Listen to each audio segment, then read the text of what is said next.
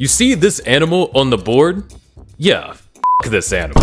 This animal is literally the P. Diddy of animals, known for the R word, unaliving, extortion, deleting babies, gang attacks. But I'm getting ahead of myself. In fact, how about we just start from the beginning? You're born in a harsh, unforgiving world, a tiny, blind, and vulnerable pup. But who cares? The fight for survival starts early. You spend 6 months under your mother's care, learning how to swim, hunt, and apparently avoid getting pimped out and being extorted by rival males. Bruh. One morning, your brother stops moving. His body is cold, limp. Your mother doesn't linger. She nudges him out of the nest, dropping him off quicker than Ice Spice's career. By nightfall, he's gone, swallowed by the earth, or the jaws of a scavenger. No tears, no goodbyes, just silence. You realize your brother was just sent to a Pop Smoke concert because he was weak. You realize that the weak are abandoned from birth. Bruh. You wonder if things could get worse. Well, you're in luck, because the next day you hear your mother growl, low and tense. You're wondering what the hell is going on. You look to the entrance of the den and you see a big-ass rival male otter. In his jaws, he holds one of your brothers. Your sibling dangles helplessly, his tiny body squirming in terror. But the male isn't here to kill. Well, not yet. This isn't just a rival. This is an extortionist.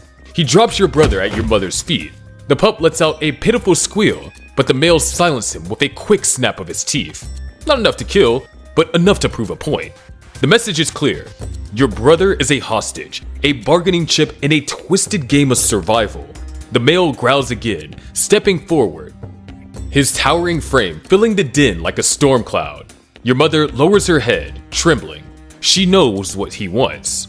Food, submission, or that booty. And she has no choice but to give it. The male's jaws clamp down on your brother's paw, eliciting another scream.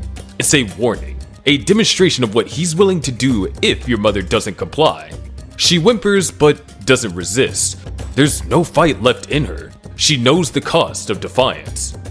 When he's taken what he came for, whether it's her body or her share of the already dwindling food supply, he drags your brother behind him, his tiny cries fading into the distance.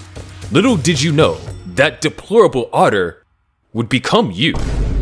You've grown now, not big enough to challenge the adults, but strong enough to start making your presence known.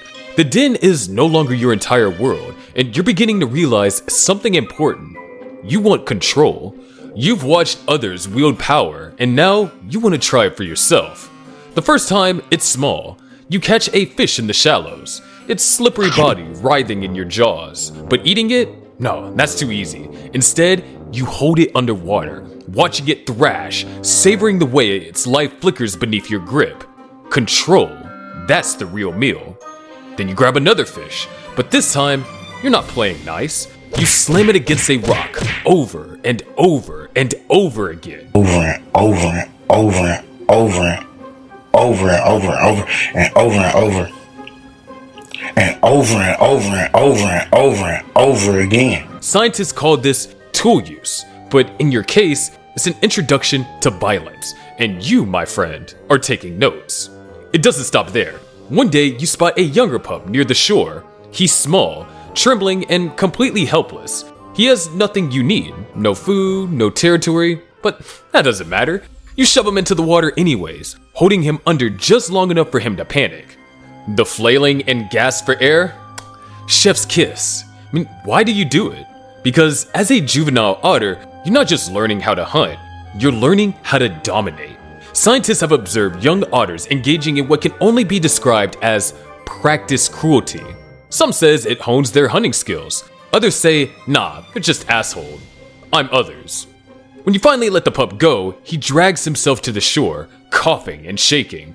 You don't feel guilty. In fact, you feel bigger, stronger, unstoppable. But the cruelty doesn't stop with pups and fish. You're starting to realize that anything smaller than you is fair game.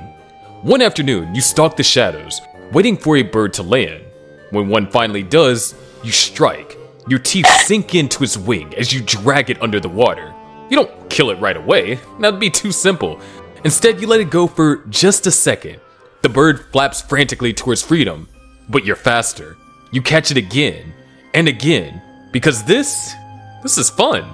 When it finally stops thrashing, you let it float away. You've never even eaten it because you're a D-head. It isn't just survival, it's preparation. Every thrash, every terrified squeal teaches you one thing. In this world, power is all that matters, and you're learning how to wield it. You're not just becoming a predator, you're becoming a menace. A walking reminder that even in nature, some creatures are just born to be deplorable otters. Now, you're an adult. You've always been a menace, but now you're something else entirely. You're a homelander wrapped in fur. You lived long enough to see yourself become the villain. The lessons you learned as a juvenile, stealing, bullying, killing, they were all just a prelude. Now every splash you make in the water comes with a body count, and no species is safe from your reign of terror. You figured out early that mating wasn't just about romance or reproduction, it was about power, control. You'd grab females of your own kind, dragging them underwater, biting their necks to keep them still. Their struggles? Oh, they only excite you more. If they drown, well, that just made your job easier. Who needs consent when you got sharp teeth and zero moral compass? You're like the Joe Goldberg of the animal kingdom, creepy, obsessive, and completely incapable of letting go. It didn't stop there. You saw her, the female otter with her pup. She thought she could keep her distance, protect her baby, but you were watching, waiting. You took her pup right in front of her, holding it tight in your jaws, the tiny creature wriggling helplessly. She knew the deal. You didn't have to say it. Mate with you, or the pup wouldn't live to see another sunset. Her other pups huddled together nearby, their tiny bodies trembling as they watched. For a brief moment, something stirs, a flicker of a memory. You think back to your younger days, to the first time you saw something so horrifying. You think about changing. What, did you really think you'd develop a moral compass? This ain't a Disney Channel. You mate with her anyways, and to top it all off, you kill the pup, just because you can. But even that wasn't enough. Your own kind couldn't satisfy your appetite for terror. So you leveled up. You caught a seal pup, splashing, playing, and having fun in the shallows. And that pissed you off. Just how? Nigga, did I just catch you having fun? Adult otters can hold their breath for up to 8 minutes. A handy skill when dragging seal pups to their watery graves. You snatched it up, its tiny flippers flailing, its cries muffled by the water. You didn't kill it right away. That'd be too easy. You dragged it deeper and deeper, watching as its struggles weakened. When it finally went limp, you held it tighter. A lifeless seal pup? Somehow that felt even better.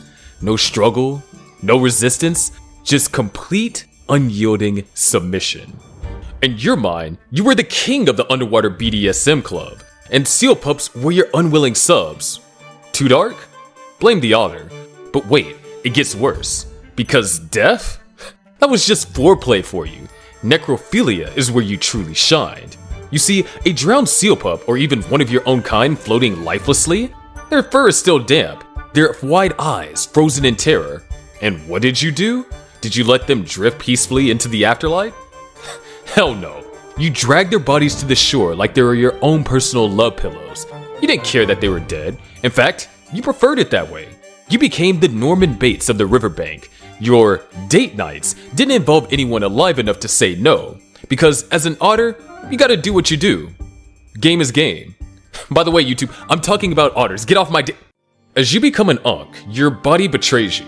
The scar that once told stories of dominance now ache with every move. Each dive feels heavier. Each fight leaves you weaker. The strength that made you unstoppable? Gone. And everyone around you knows it. You're no longer the king of the waters. You're just another otter waiting to be dethroned. The YN otters, the ones who once cowered at your growls, have grown bold. They steal from your caches, cut in front of you at the feeding spots, and flash smug little smirks. You try to hold on, but the energy that once made you a god is long gone. You're washed up. You're cooked. Then comes the final betrayal. They don't fight fair. A snarling pack descends on you, dragging you into the water. Claws rake your fur, teeth tear into your side. The current fills your lungs. This isn't just a kill, it's a message. You taught them this. Every ruthless act, every calculated move, they learned it from watching you. Now they're showing you who is in charge. The king is dead. Long live the chaos. When it's over, your lifeless body drifts to the shore. The scavengers come first, mocking you as they pick apart what's left. You're no longer the feared predator. You're just another meal. But your story doesn't end here. It only raises more questions. How did otters, these so-called cute mascots of nature, turn into literal mob bosses of the animal kingdoms? Extortion, hostage-taking, unaliving. This just isn't nature. It's a criminal enterprise. And honestly, if anyone needs to call in the FBI, it's for these guys. Because this isn't survival of the fittest. It's organized crime. And it's time someone did something about it.